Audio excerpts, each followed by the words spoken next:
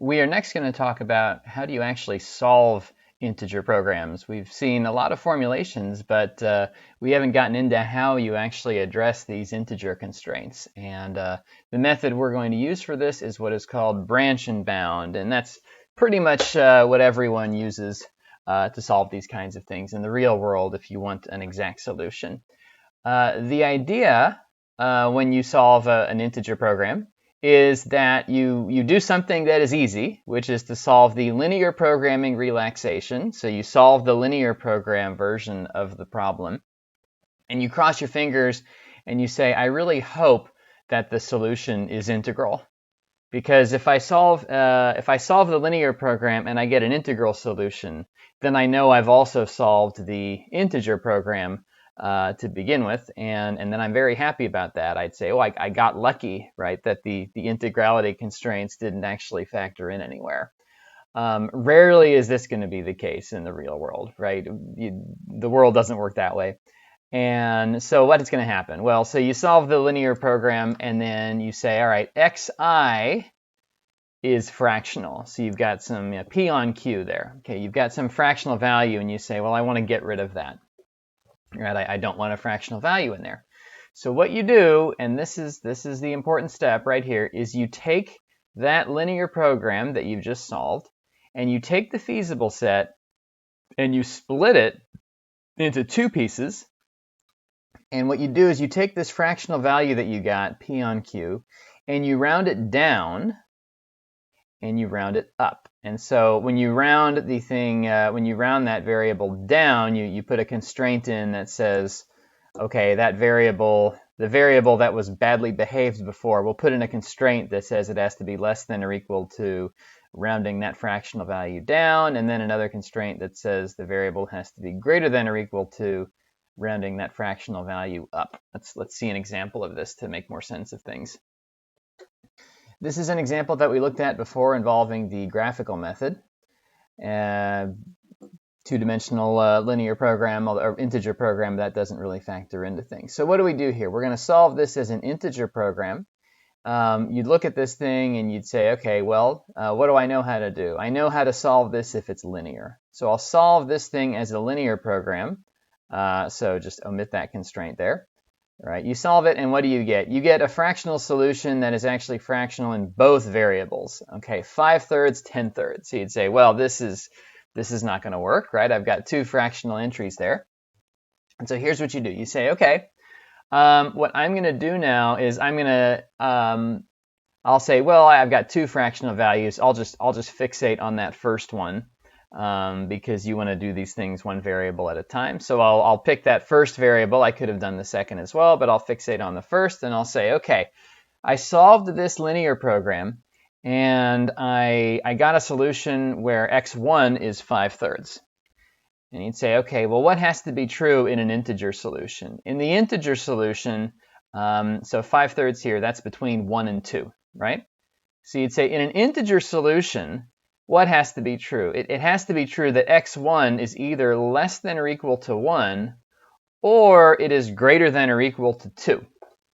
Right? One of those conditions has to be true. And notice that both of these exclude this possibility. Right? You're saying you're either less than or equal to 1 or greater than or equal to 2. And so we take this original linear program that we have, the linear programming relaxation, and we say now we're going to look at two linear programs. We're going to look at one linear program where everything is the same as what it was before. Now I've forgotten to include the non-negativity bits in there, but you can that's implicit. One of them is, so they're each the exact same thing you had before, and one of them you add an additional constraint that x1 is less than or equal to 1, and the other one you add an additional constraint that x1 is greater than or equal to 2. So you now have two linear programs that you have to look at as opposed to one, and that's quickly going to get a lot bigger. You have two linear programs instead of one, but both of these linear programs exclude this bad point that you had before. And all branch and bound is you keep doing this. So let's look at the picture here. This is, I'm sorry this font is so hard to read, but this is the feasible region for for that linear program, and this is that fractional solution that you had. And what we're going to do is we're going to say, okay, we're going to take this feasible region and we're going to break it into two pieces. So this is x1. This is x1 greater than or equal to 2. This is x1 less than or equal to 1. And effectively what you're doing is you're saying, okay, well now instead of considering that initial, that linear programming relaxation, which is this whole, almost triangular shape here, you say now I'm only going to consider this shape here or this shape here. So what am I going to do then? Then I'm going to solve the linear program on both of these shapes here, the one on the left and the one on the right. And what's important here is that I'm going to get, for each of these, I'm going to get a solution that is different from the one I had before because I've sort of removed it from this feasible region, right? I've chopped it out. And that's the really critical step. So let's actually do this in MATLAB and see what happens. I'm going to type this linear program in. You can just trust me. We'll do CVX begin, and I'm going to be cutting and pasting a lot. So actually, let's move this over like that.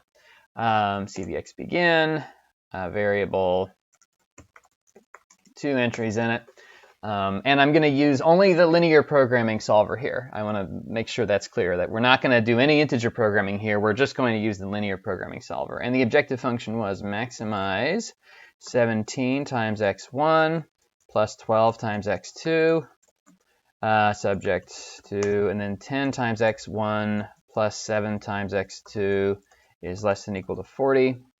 X1 plus x2 is less than or equal to 5.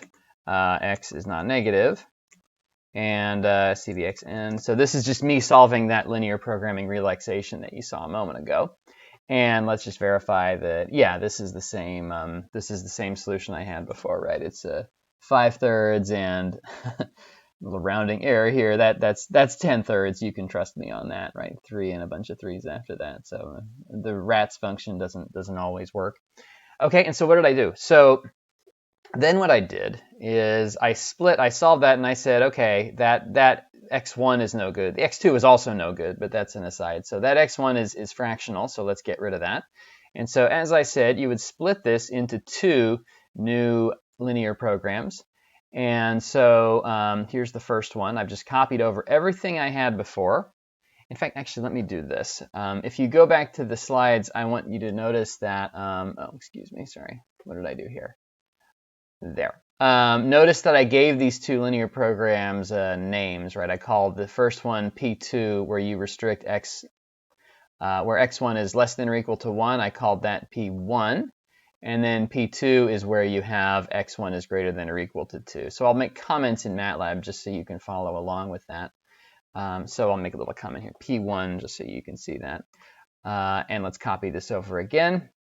It's everything I had before, plus 1 extra constraint that says that x1 is less than or equal to 1. Now I'll do CVX end, and let's see what we get. Now I solve that, and look, oh, I'm happy about that. I'm happy because I got an integer solution, right? X is 1, 4. And I'll say, oh, okay, well, X is 1. I got an integer solution here, so I don't need to touch P1 anymore, right? P1 is solved. When I solved the linear program in P1, I got an integer solution. So I say, great, cool, P1 is over and done with, and I only care about P2. We'll get back to the slides in just a second. So let's copy everything I had over again. And now I'll make a little comment here. This is P2. And I'll copy over the linear program. But in P2, instead of having x1 less than or equal to 1, I have x1 is greater than or equal to 2. So let's solve that. And I am crossing my fingers here. And if I get an integer solution, then I'm very happy. And nope, I did not. So what does x look like here? X is, so x1 is integer, but x2 is fractional. And so what are we going to have to do next? Let's go back to the slides. Okay, so what have I done at this point, by the way? Just to refer back to this diagram, I said that P1 is done with. So in other words, this whole region here, I don't need to worry about it anymore. I'll put a little check mark there. I've solved I found the optimal solution, and it's right here, I think, and it's integer, and so we're happy with that. And so all we've reduced this to is this triangular set here, which is where we're trying to optimize. Okay, so let's now see what do we do. So the optimal solution in P1 is 1, 4, which is integral, so we're done, as I've already observed. The optimal solution in P2 is a 2 and then a 20 on 7, and this is not integral. And as you saw in MATLAB before, there's the second entry, x2, is between 2 and 3. It's between 2 and 3. And so what we have to do now is we're going to split P2 into 2 new pieces. We'll call it P3, where x2 is less than or equal to 2, and P4, where x2 is greater than or equal to 3. So let's do that in MATLAB. So we said we're going to take P2. So let me copy. I'm going to create something which I call P3. And P3 is just the part of P2 where x2 is less than or equal to 2. So let's copy over my linear program for P2 like that. And I'll add in an extra condition that says that x2 is less than or equal to 2. And we'll see the x end of that.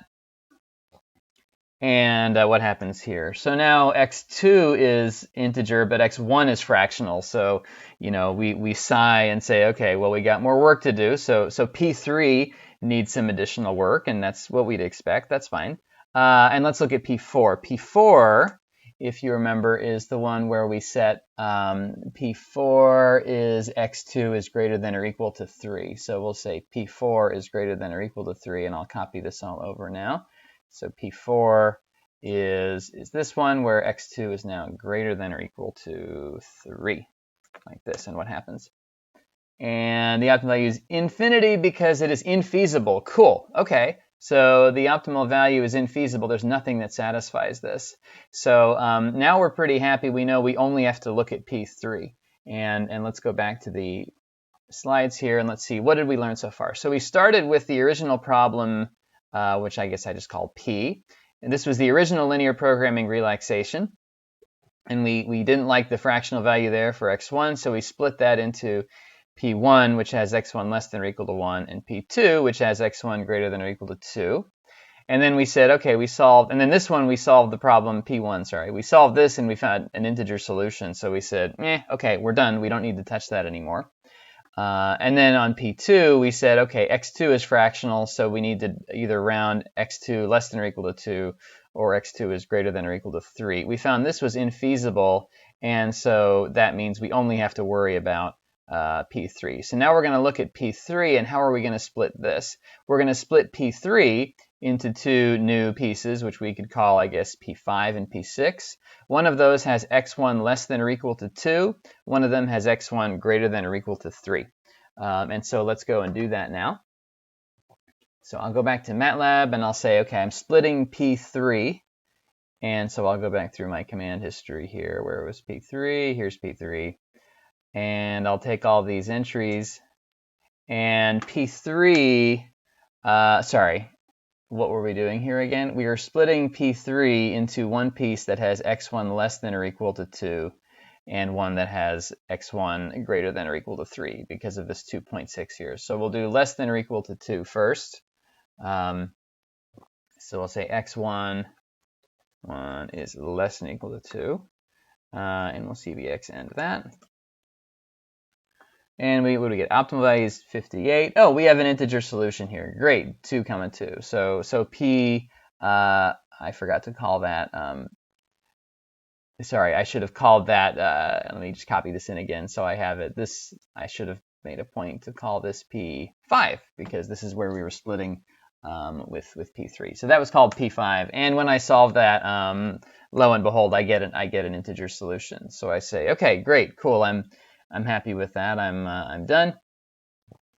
And what else did I need to do? I had to do the other one where you had I had to do the other set where we round x1 greater than or equal to 3 instead. And so let's do that. I'll copy over everything that I had. And I'll call this is P6 now. And this last one has x1 greater than or equal to 3. And what do we get here? Fractional values for x2. Okay, so now this is, we'd call this one P6, and now we'd split this into P7. You're going to see a graphical diagram that illustrates all this, but I'm just going to jump through these computational experiments now so you can get a sense of what's going on. So P6 still has a fractional value for x2. So we're going to round down with x2 less than or equal to 1, and we're going to round up with x2 greater than or equal to 2. So let's do that now. We'll take P6 and split that into P7 and P8. So P7 is going to have x2 less than or equal to 1, in addition to all these other constraints here. x2 less than or equal to 1. Let's see the x end. Let's see what we get. And this one here, still fractional. What's the problem? x1 is fractional now, so we need to split P7 into two pieces, one with x1 less than or equal to 3 and one with x1 greater than or equal to 4. So we're going to need to do that. But we also need to refer back to the fact that we were splitting P6, right? We were splitting P6 into P7 and P8, and we just did P7. And now we're going to go and do P8 now. So let's do that. P8 is going to have x2 greater than or equal to 2, like that. And that is infeasible. Good. So we don't care about P8. So now we're just focused on P7. So let's bring up our tree for P7 again. Sorry, I used the word tree. I need to explain that. We'll take our linear program for P7, and P7 had a fractional value for x1, and so we'll add in, it had x1 equal to 3.3, which means we'll round down to x1 less than or equal to 3, like that, and see what happens. Less than or equal to 3 and greater than or equal to 4. So x1 less than or equal to 3, we run that, and we get an integer solution. Great, so we're done with that. And so now we really hope we're done here. This one's going to be called I'm sorry, I should have called this one P8. I called it P7 by mistake. So that last one should have been called, I should have called that P8, so I'll call this one P9. Actually, I'm numbering these a little different from this slide. So on the slides, this happens to be called P10 because of the way I numbered things, but that's not, in fact, I'll call it P10 just to be consistent there. P10, which is the one we get by rounding x1 instead of less than or equal to 3, it's greater than or equal to 4. And when I solve that, I get 4, 0. So great, I found nothing but integer solutions. So if I were to write down everything that I did in a tree sort of diagram, you'd see this. And let's zoom in a little bit so we can see what's going on here. Let's zoom in. Like that. So you saw a smaller version of this tree just a second ago, but this is the whole diagram here. So we started here with the original linear program, and then we split into P1 and P2, and then we found that P2, we didn't like this fractional entry, so then we went and split P2, and one of those was infeasible, and the other one continued to have fractions, and so we just continued to split in this fashion. And so what would you do at the end of the day here? Well, you'd look at all of your, based on what I've taught you so far, you would look at all of your integer solutions. Like we've got this one, we've got the one from P1 and P5 and P9 and P10. And you would evaluate the objective function at each of these, because these are all the solutions that you got from looking at linear programming relaxations, and you'd pick whichever one was the best. And you'd say, that has to be my optimal solution based on this reasoning. That's what we've learned so far. Now, there's actually a way that you could save some time, which is what we will look at next. One thing I should mention here also is that actually the optimal solution, in case you're curious, happens at this node here. It's x1 equal to 4 and x2 equal to 0. So that optimal solution actually is the last one that we found there on the list.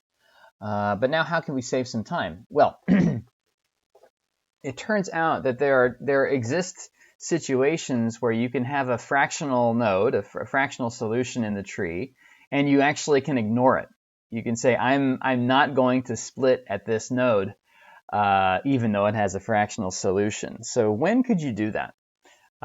Here's a tree that I've written here, and I haven't written the values of the variables. I've just recorded the objective function values. And this tree would correspond to a minimization problem. We did a maximize before because I liked the way the graphical method problem looked, but we'll adopt the convention that we're always going to be minimizing. And so that is reflected in the fact that these numbers, which are the objective values, are always increasing. And that makes sense because what are we doing when we build this tree? We're adding constraints, right? We're taking the original integer program, relaxing it to a linear program, and then we're adding constraints in. And by adding constraints, you can only make the objective value worse. And so it would never make any sense. If we're doing a minimized problem, it would never make any sense for these objective values to decrease. That would be like saying you add a constraint to the problem and you make things better, which does not make any sense. Okay, so what I've written here is I've just said this is some tree that we're building, and we've got the objective values written here. So we start off with an LP relaxation of 10. We split it some variable, who knows what it is, and we get an 11 and a 15, let's say. And then we split these as well. Let's say there's a fractional value and get a 15 and a 17. And we split 15 and get a 16 and an 18. And we split 18. And I've drawn a box. And my convention here is that when I draw a box around something, I'm going to use that to indicate that the solution is integral. So you're done. That's what I'm going to indicate there. So I split at 18, and then I got a solution within an integer solution whose objective value was 22. And I split at the 16 node, and I found an integer solution whose objective value was 24. So right off the bat, we can say, well, we clearly don't care about this solution here because the 22 solution is better. So we know that. And then we go back over to this tree. We'd say, okay, split the 15 into 2 nodes because there's a fractional value somewhere. And then let's say one of those is infeasible, so we're done with that. And one of those is 20. All right, and now here's the interesting bit. So we take the 17 node, and we split that one, assume there's something fractional, and we get one that has a 22 objective value and one with a 23. And I haven't drawn a box around those, so that indicates that these are fractional, but we don't care about these nodes. We don't care about them because both of their objective values are not better than the one that I've already found. So I stand to gain nothing by expanding. So the 23 node here, I definitely stand to gain nothing by splitting that because I'm only going to get an objective value that is at least 23. So it's worse than the one I already have.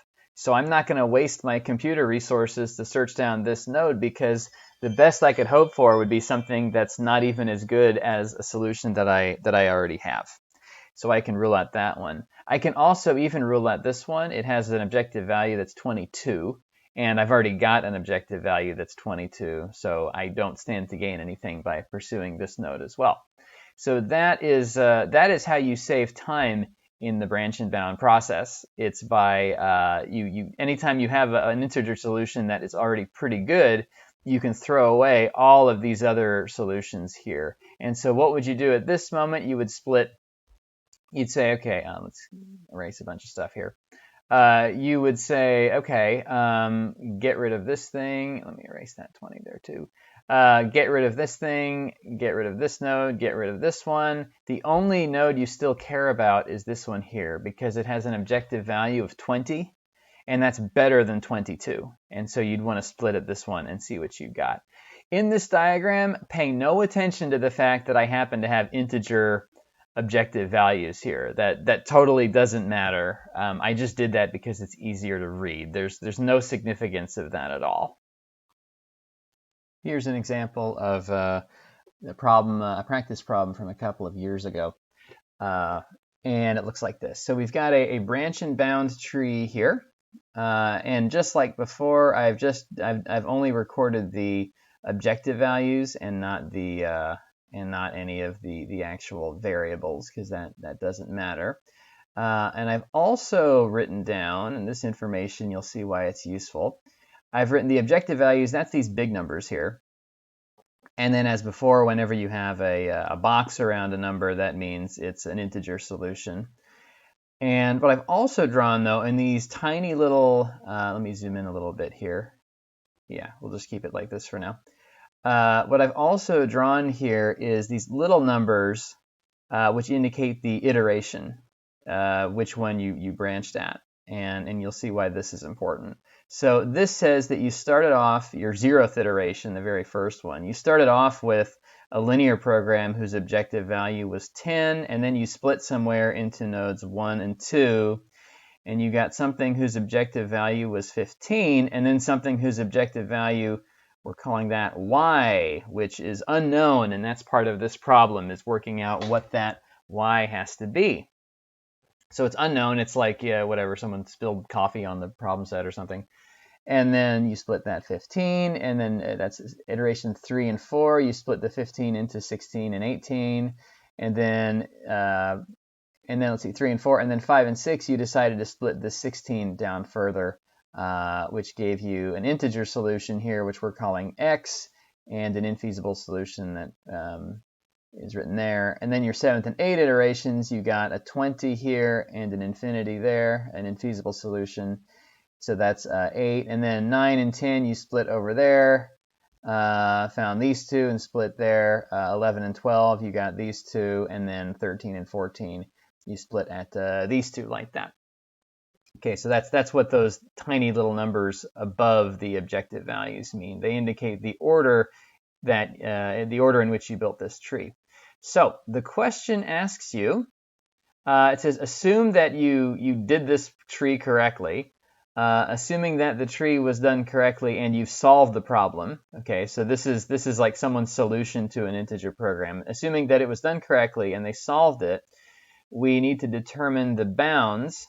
What are the range of values that x can take? What is the range of values that y can take? And what are the bounds for the optimal objective value of the problem? So the solution should say x is between this and this, y is between this and this, and the optimal objective value is between this and this. Okay, so that's the problem. So let's look at how you solve this thing. You have to really look at every aspect of information of the tree here. There's a lot of stuff to look at. So let's see what's going on here. So we'll look at these one at a time. We'll say we want to bound x. Okay.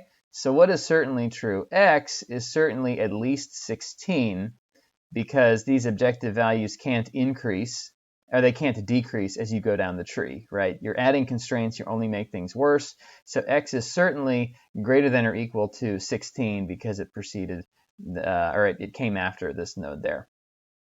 Okay, so how about an upper bound? Is there any way we can do an upper bound on this? There is. And this is where the order of these iterations comes in. Okay, I claim that x before we do an upper bound, we'll do a better lower bound. We claim that yes, indeed, x is greater than or equal to 16 because it came from this, but x also has to be strictly greater than 18. Okay, and why is that? The reason is if you look at the order that we did these steps in, what happened? At the 5th step, I had an x like that. At the 5th step, I found this value. And then what did I do next? Then I branched from this node here, which has a value of 18. Okay, and so because I did that, because I deemed it necessary to split this node here with an objective value of 18, therefore it must be that the value I had here, x, must be worse than the objective value over there. Because if 18 were already worse than the objective value that I had here, I wouldn't have bothered to split. So at that time that I made that decision to split, why are these little numbers important? It's because the 7th and 8th iterations were me splitting off of this thing here. So I decided to do this split after I had already found this value. So given that I did that, and assuming that the tree was done correctly, as the problem says, I therefore must have deemed it useful to split off of 18, and therefore x has to be strictly greater than 18. Okay, so that has to be true. And And so how are we going to put an upper bound on x? Well, the thing you would look at here is you'd say, well, this problem, we said the problem has been solved. Okay, right? That the problem statement says given that this is a solved problem. Okay, so what does that mean? It means the optimal solution must be one of these three integer points, right? And you can rule out the 21 because you've already got a 20, which is better than that. So it must be x or it has to be the 20. We're not sure which one. Okay, but what else has to be true? Because this is a solved branch and bound tree, a solved integer program, notice that we did not split at this node or at this one. Okay, we didn't split at these two, even though they don't have a box around them. That means they're fractional. But I said this problem is solved, which therefore must mean that there isn't any potential for expanding off of this node. So the fact that we didn't expand off of this says that 19 there is not promising to us. And notice that the 20 here is worse than that, right? So 20 can't be the optimal solution either because 20 is bigger than 19. And so if 20 were the optimal solution, we would have split here further, which we did not do. Okay, so therefore it must be the case that the optimal solution is at this node x, and x has to be at least as good as 19. And so therefore x is less than or equal to 19, and it's strictly greater than 18. So x lies between 18 and 19. So that's how you do that one. That is as hard as these kinds of problems get, by the way. Let's look at y, which actually turns out to be easier. So you look at y and you'd say y has to be between 10 and 15 because you went from 10 and you split into something, and then y split off to 15 and 17. So certainly y is between 10 and 15. And so what else could you try to do with this? The only other way you could hope to improve your bounds on this is to look at all the stuff that you did that preceded this splitting here, right? That's splitting into 9 and 10. So look at the information which happens to lie all on the left-hand side of this tree of nodes 1 through 8. But that doesn't help us for the following reason. When I complete this left-hand part here, what is the best information I have? The best information that I know is that the best feasible solution here is x, right? I know that's the best one. And then I decided to split. I had this solution here, x, and I said, okay, well, we're going to split it at y, and so therefore y has to be strictly better than x, right? The fact that I decided to split at y must have taken the fact that I already had x into account. So x is greater than y, but that isn't tight because that just says that y is less than x, which is less than or equal to 19. But we already know that y is less than or equal to 15, so that information does not help us. Okay, and so given that the problem is solved, as I already said a moment ago, we already said that that x is between 18 and 19, and so x, whatever it is the optimal objective value, and it's between 18 and 19. And that's everything we can deduce about this branch and bound tree.